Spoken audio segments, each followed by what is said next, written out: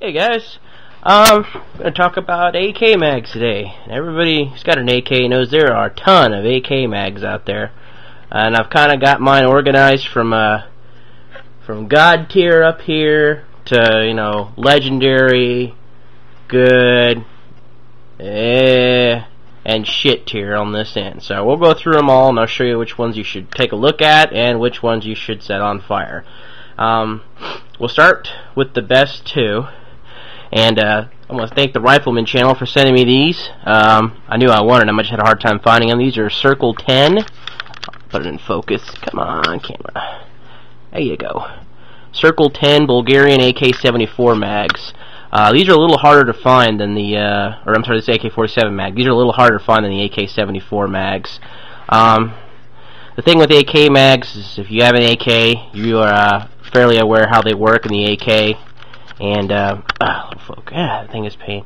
It's got metal tab here, metal tab here. It's got a metal cage up here where the feed lips are. I believe it has metal running all the way down the front of the mag. Metal foreplate.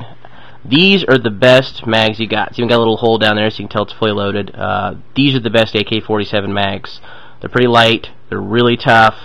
The only downsides are kind of expensive and they're a little bit hard to find. The 74 mags you can find all day, but these 47 mags are a little harder. On the 74 mags, I noticed they started dressing the edges on these. So this one you can it's hard to do, but you could get a finger and pry the floor plate up. And on the 74 mags, the plastic molding goes all the way around the floor plate. But that's pretty minor for these kind of mags. These are the best. I'm not discouraging you. If you can find these for your AK, even if it's the Arsenal versions of them, if you can't get the original, these are the best magazines you can get. Now, the next best kind are these. This is probably the most common. This is the stamped and welded Chinese, Romanian, Russian AK-47 steel mag. It's all steel, super rugged. I think you could run them with anything short of a tank and they'll work just fine. Feed flawlessly. I mean, just tough mags. Everything's steel. These are what's the most common, and they're most common for a reason. They're cheap, they work well, they're tough. I mean, this is, if you got an AK-47, you want these mags too, because I mean, they just match up with the steel. I mean, they're just indestructible magazines. So if you gotta get these. They work great. Now, most people don't know there are other Bulgarian magazines out there. This is what they call a Bulgarian slab side or bullet side mag. It's got a steel floor plate. It's polymer. This one I'm holding is actually a 40 rounder.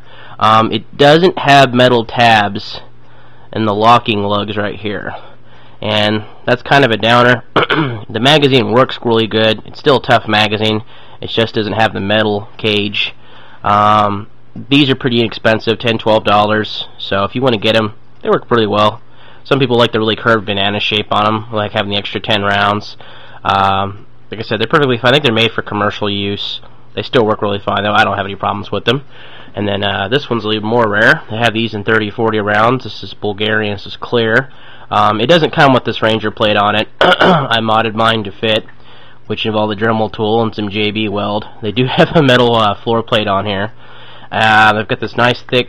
it's a metal, I think it's a metal follower on the inside, but it's not really, you can't deform it real well. It works real well.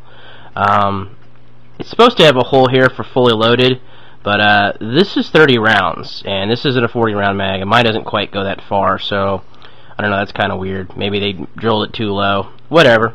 Still a good mag, works really well. Obviously it being clear, it doesn't have metal up here at the top, but works pretty well. On some AK, some people just like it. That's nice to be able to see how much ammo you got. Okay. Moving down, we're getting in the not quite so good tier here. These are Tapco.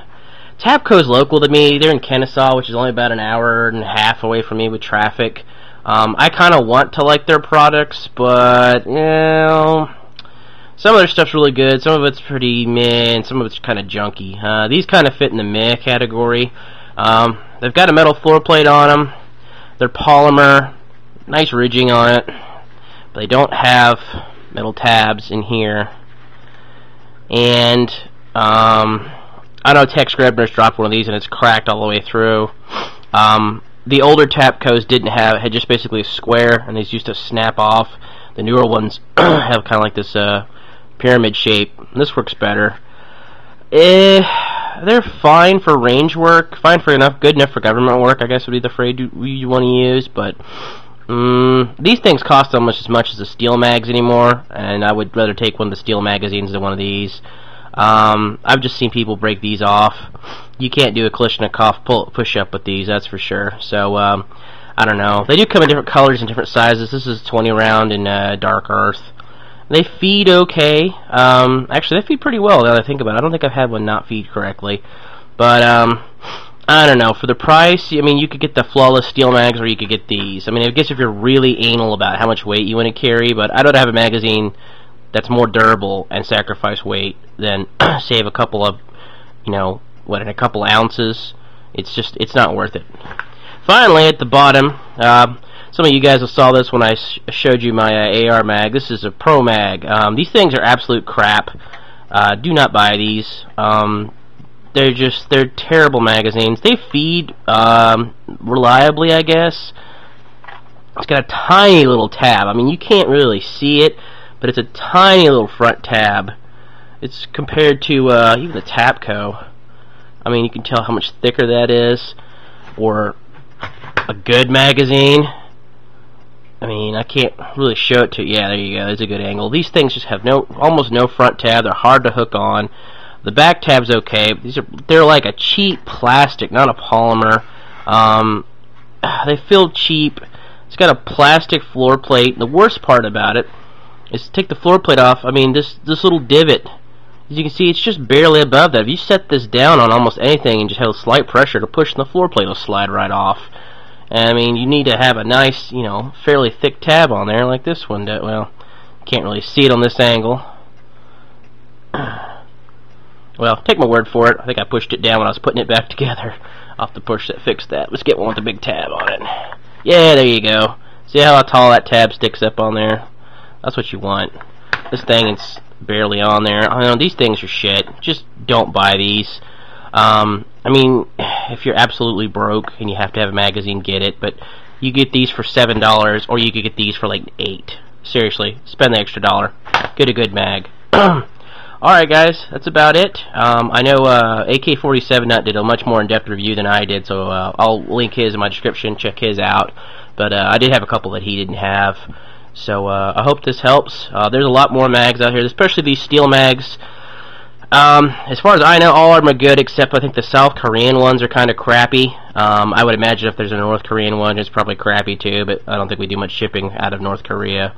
So this is a good one to go with, but like I said, if you can get these Bulgarian polymer mags, they're even better. You have all the lightness of a polymer mag without the loss of durability that you have with the steel mag. So anyway guys, that's it.